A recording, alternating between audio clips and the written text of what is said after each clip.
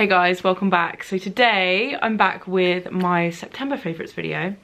And bear with me because today seems to be one of those days where everything just goes wrong. I don't know what it is, but it's going wrong. I'm filming this on my vlog camera, which actually I'm quite happy with. It looks alright because my big expensive camera just tried to turn it on and it's broken.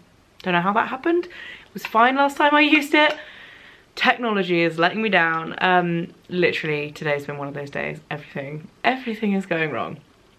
So I thought, why not sit down and talk about my favourite things to cheer me up. So I've got 3 beauty things this month, and then I've got 1 book and 1 TV show that I wanted to talk to you about. I'm so happy I finally found a new TV show because I had been lacking the last few months. I feel like it's been kind of dry on the TV front.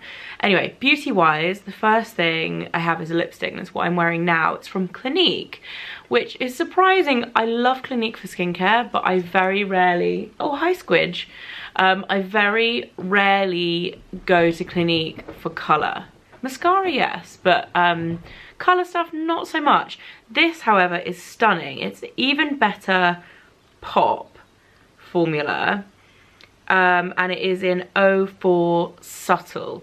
Now, Clinique really recently introduced this whole like colour wheel spectrum for their lipsticks, where they match your foundation and then they give you the like 3 lipsticks that would work for you. And this is my like everyday colour to match my lips. It is super subtle, which I really like for every day. It's really easy to wear. It feels more like a balm than a lipstick, and the colour is just very flattering, very easy to wear. Like I said, texture is balmy, kind of rich, comfortable. I'm a big fan of that. Really like that, and would recommend. If you have a similar skin tone to me, it would definitely work for you, I guess, because it's like a skin tone thing. Another thing that's really good that I actually forgot to put in, but is probably a favourite as well, is the new Even Better Refresh foundation from Clinique, which they launched kind of with that. Oh my god, it's amazing. There's another tip for you. Not quite a favourite, but like almost there. It's really good. The next favourite is a hair care product. I don't switch up my hair care that much, but this I've been using consistently for the last 3 months. I actually worked with the brand on the launch of it on my Instagram, and it's from Living Proof, and therefore I've had this product for 3 months. It hasn't come out until this week. So I didn't know the launch date when I first got it, but I used it, and obviously it was like a, would you like to work on this launch? I used it. I was like, oh my god, this product is incredible. Yes, I'd love to do something on Instagram with you. Went and filmed it in my was it June favourites or July favourites? I can't even remember. And then I was like, oh my god, it's not out till the end of September. So I've literally been, I had to cut it out of that video because it wasn't out for so long. Like sometimes I'll feature products that aren't out if it's like a few weeks, but 3 months I was like, no, I can't do that. So it is the Colour Care Whipped Glaze. Now if you have blonde hair, you need this in your life. Honestly, it is brilliant. It is so good. It works on the same kind of basis as a purple shampoo. So it has that kind of purple toning element to it, and it takes the brassy tones out of your hair. If you have like a creamier blonde hair or an ashier hair, this stuff will be your best friend. It's kind of like a leave-in conditioner in the sense that you put it in wet hair after you shampoo and conditioned. You kind of like evenly, I personally brush it first and then evenly distribute it through the lengths and the ends, but it does work really nicely as a leave-in conditioner. It really conditions your hair. It's really moisturizing. You can use it every time you wash your hair. I tend to use it probably 2 out of 3 times because I find that's like my tone of hair, that like to maintain it, that's what works for me. But it just takes that brassiness out. I don't know if you can tell in my hair, but like it's just taken that warmth out, but to the point where it doesn't look like too ashy, because I don't have like the like super cool tone blonde hair, but at the same time like I don't want it brassy, so it just like takes that like copperiness out of it. It's so good. The texture, like I said, is really nice for your hair as well. So in terms of condition and shine is so hard to get on blonde hair. This is awesome. They also have one for darker hair, which obviously I haven't used, and it's a different kind of concept because obviously with darker hair you want the warmer tones to kind of shine through, as opposed to killing the warmer tones. So it's a different concept. It's a bit more like red toned, but it works wonders for blonde, so it's probably good for brunette as well. The shampoo and conditioner is also very good. So that is a favourite this month. I did have a discount code on my Instagram for 20%, but I think by the time this video goes up, it's expired. However, even full price, it's brilliant. I think it's £24 for the full size one, but they also do a mini, which works out per like mil. Not very good value in terms of how much you're getting, but it does give you the opportunity to try it out. I think it's like £12, like half the price, but you don't get half the product. And then lastly, on a product basis this month, I've been obsessed with this stuff. Now this is from Herbivore, which is quite a well-known brand for skincare, but this is a milk bath soak. It's their coconut milk bath soak, and it's powdered. It comes like this.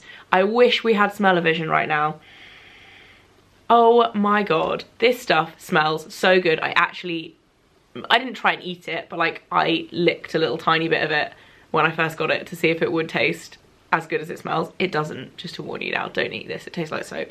But it smells, no joke, like, what are those, Raffaello, you know, the white version of Ferrero Rocher that's like the coconut chocolates? Oh my god, they are like my favorite. I'm like obsessed with them. I can't have them in the house because I will eat the whole box in one go.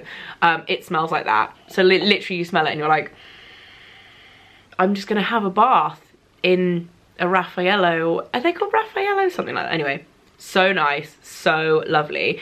The one thing I would say with this is that you don't get a huge amount of bathing per jar. I would say it probably gives you 6 baths in a jar. However, they are glorious. I also really like Herbivore as a brand in terms of their ethics, and if you want to look into them a bit more, they're a really nice company too. So yes, that is the coconut bath milk soak. Delicious and divine. And then for my kind of other favourites, I have been absolutely loving a TV show called Capture. I don't know if any of you guys have seen this. It kind of reminds me of The Bodyguard. You know, there was that whole massive thing about The Bodyguard last year when that came out. It reminds me of that in a big way, in terms of like that British grittiness, but it's way more, I don't know if it's more dramatic. I don't know, because I did love The Bodyguard when I was watching it as well, but it's so good. It's kind of like that mixed with the cliffhanger suspense of 24. If you guys used to watch 24, I loved that. Obviously it finished a long time ago, so it's not like the most relevant TV show right now, but it's like that and The Bodyguard mixed together, and it's amazing. We're only 3 episodes in. I think the next episode's actually out tonight.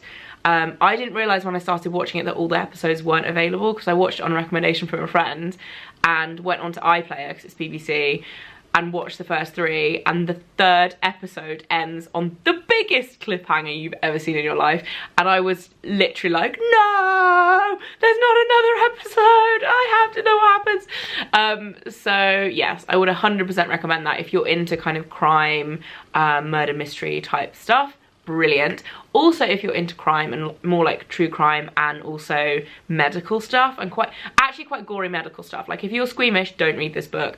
But I have just finished, actually I think I have like, I'm listening to it on an audiobook and I think I have 10 minutes left, so I basically finished it.